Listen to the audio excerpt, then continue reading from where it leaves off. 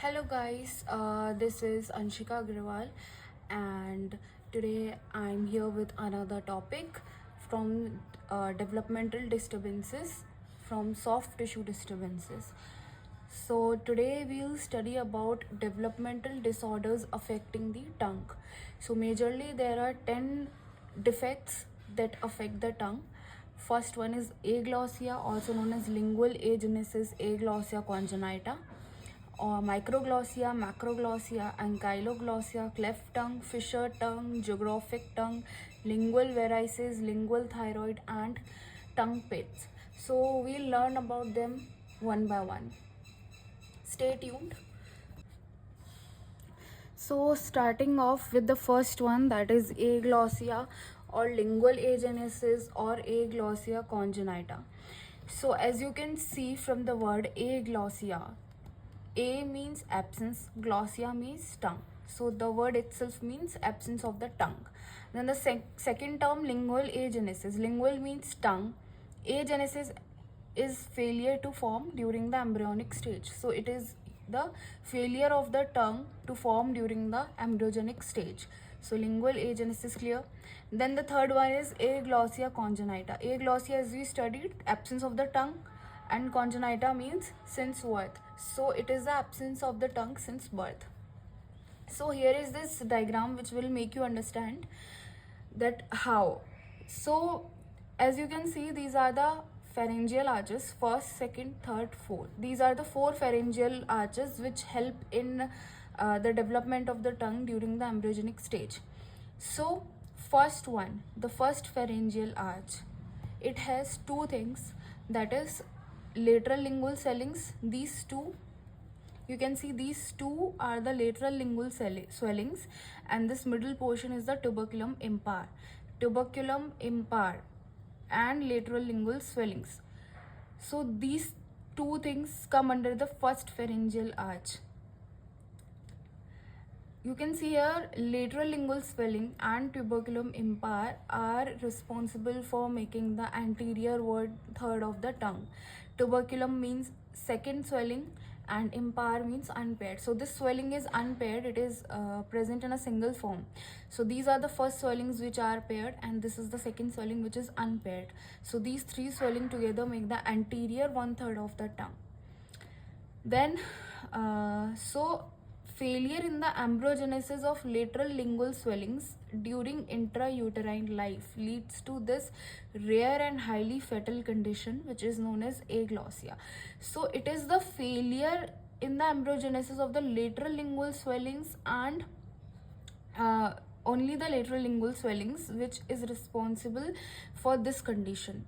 So during fourth week of the intrauterine life, these lateral lingual swellings are failed to form during the embryogenic period. So this leads to the absence of the tongue. Okay, so one more thing I would like to tell you, that this is the pharyngeal arch, right? This swelling is the pharyngeal arch. This groove, as you can see, this thing from the outer side, this is the pharyngeal cleft, and this groove thing from the inside is the pharyngeal pouch. So this cleft is made up of ectoderm, the pharyngeal arch is made up of mesoderm, and the pouch is made up of endoderm. Clear? So yeah, this is about the anterior 1/3 of the tongue. Then about the posterior 1/3, it is made up of the third pharyngeal arch, and in third pharyngeal arch, copula or hypobranchial eminence is responsible for the posterior 1/3 of the tongue. Then the most posterior portion, that is the posterior 1/4 of the tongue, is formed from the fourth arch, this one. So I think this is clear. As you can see, these first pharyngeal arch makes the anterior 1/3 of the tongue. This is the terminal sulcus, this is the body of the tongue. Now, failure in the embryogenesis of lateral lingual swellings during intrauterine life is responsible for this rare and highly fatal condition.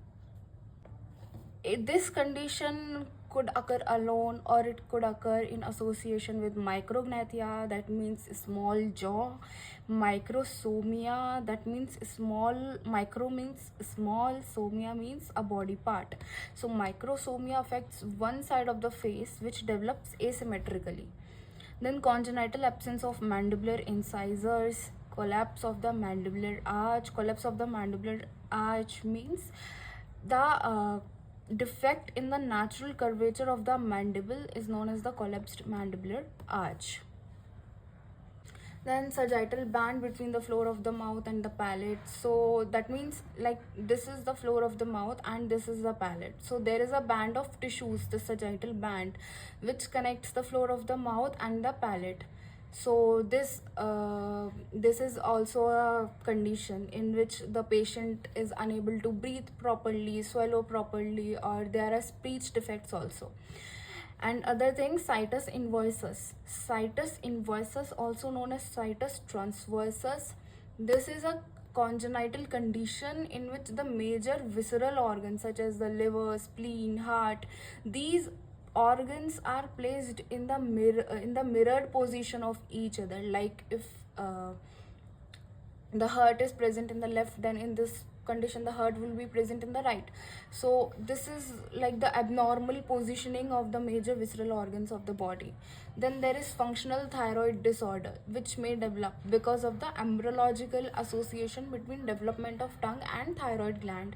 So the development of the tongue is linked to the thyroid gland. Okay, the pharyngeal arches which are responsible for the development of the tongue are also somehow responsible for the development of the thyroid gland. So if there is any deformation or malfunction of the development of the tongue, then it may also lead to the functional thyroid disorder. Functional thyroid disorder means the thyroid is unable to produce its hormones in the right quantities, right? It will may lead to hypothyroidism or hyperthyroidism. So this condition is also linked with the development of the tongue. Then there is absence of the lingual muscular stimulus affects the development of jaws and results in the malocclusion of teeth. That means the tongue, it is a muscular organ. Okay, so the movement of the tongue, the presence of the tongue inside the oral cavity develops a certain stimulus. Okay, it gives a certain stimulus which affects the development of the jaws. Okay, like if anything is present, okay, then the other structures which are forming nearby to it will be affected. Okay, and if it is absent, then the other structures will also be affected. So development of the jaws and malocclusion of the teeth also results in this condition. Then these individuals have impaired speech and difficulty in swallowing. Okay, so obviously from all these things that are going on, these people will have abnormal speech, okay, and difficulty in swallowing, breathing, etc. Then Heghasi et al. Reported conductive deafness. Okay, so conductive deafness is when the sound waves cannot travel from the outer ear and middle ear to the inner ear properly. So this is known as conductive deafness. Then esophageal atresia. Esophageal atresia means back of the throat or pharynx does not open properly, creating a blockage. This is known as esophageal atresia. That means pharynx cannot open properly, so obviously it will lead to the blockage. Then hypoplastic epiglottis. Hypoplastic means smaller in size or number. So epiglottis is a smaller in size in this condition. And ptosis of the eyelid. Ptosis means the drooling, or not drooling exactly, the closing of the eyelid is like more than the normal level. For example, this is one eye. Okay, we have a eyelid that close till here, and this is ptosis of the eyelid in which the eyelid will close more than the normal level of the eyelid, so it leads to the impaired vision. So these are the terms which you may not understand. So this is microsomia, one side of the face developed asymmetrically.